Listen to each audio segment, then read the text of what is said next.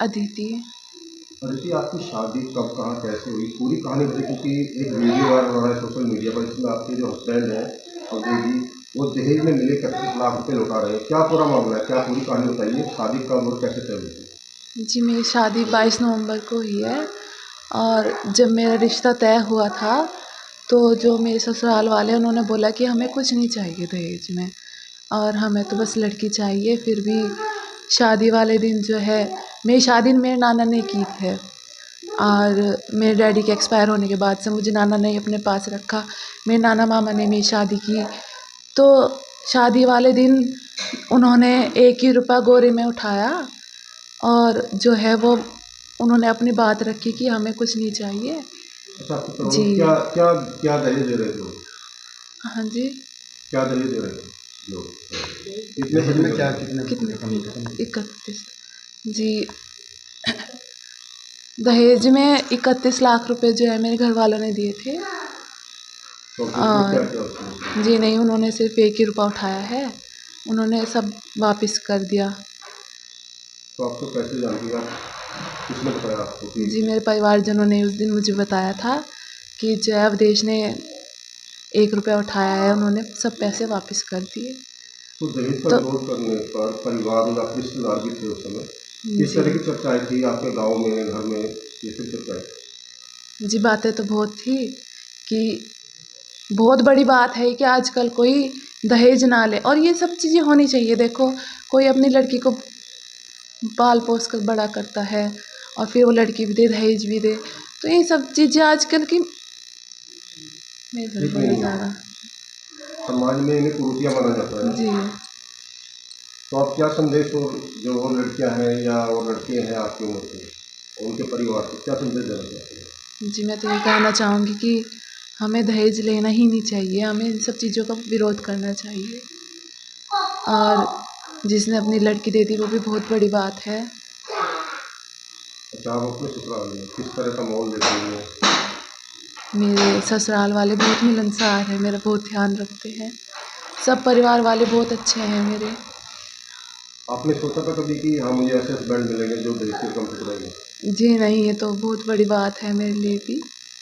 आजकल तो सब सबके अपने पहले ही चीज़ें तय करवा लेते हैं, लेकिन यहाँ पे ऐसा नहीं रहा, तो ये बहुत बड़ी बात है और सबको ऐसा ही होना चाहिए। दरअसल मेरी शादी 22 नवंबर को गांव साउद्दीनपुर पड़ता है मुजफ्फरनगर में, वहाँ पे हुई थी। तो जब लड़की वाले देखने के लिए आए हमको, तो पापा जी ने केवल 1 रुपये की डिमांड की थी कि अपना 1 रुपया देना है और कुछ नहीं है हमको चाहिए। तो उसी को फॉलो करते हुए हमने 22 तारीख को बारात लेके गए, तो वहाँ पे लड़की वाले 31 लाख रुपए लेके आए। तो हमने उसको मतलब मना कर दिया कि हम लोग दहेज नहीं लेंगे और बिल्कुल वहीं पे स्टॉप कर दिया उसका काम। जी। अच्छा, हाल ही में महापंचायत भी हुई थी सरकार की, महापंचायत, उसमें भी इस तरह के पैसे लिए गए थे, क्या उससे? हाँ, चौधरी साहब ने भी ये बात कही है, उसको भी हमने फॉलो किया है कि भाई दहेज का काम है तो गलत ही।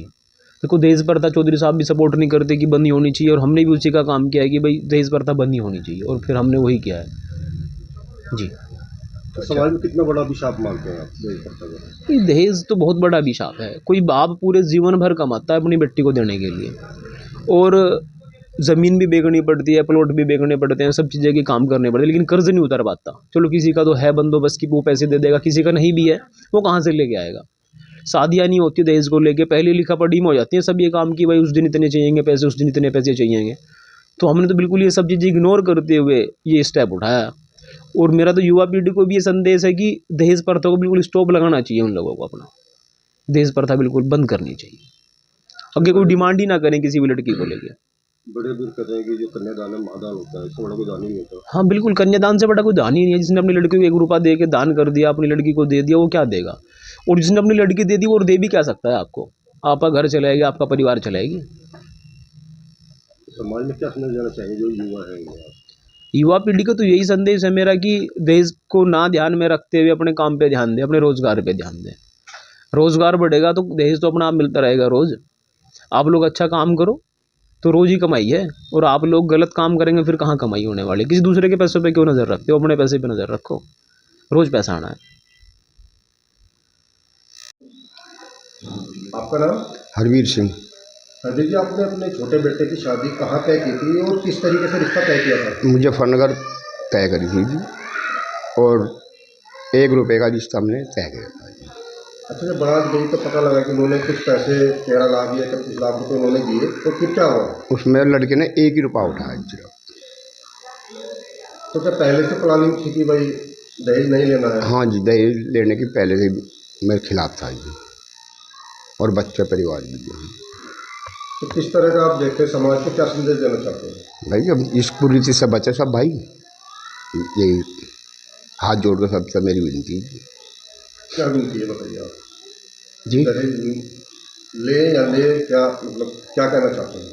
भाई समाज आगे मतलब कुरीति से बचे जी, लेना देना बंद करें जी। जिसने अपनी बेटी दे दी वो सब कुछ दे दिया, जिसने बेटी दे दी अपनी सब कुछ दे दिया जी।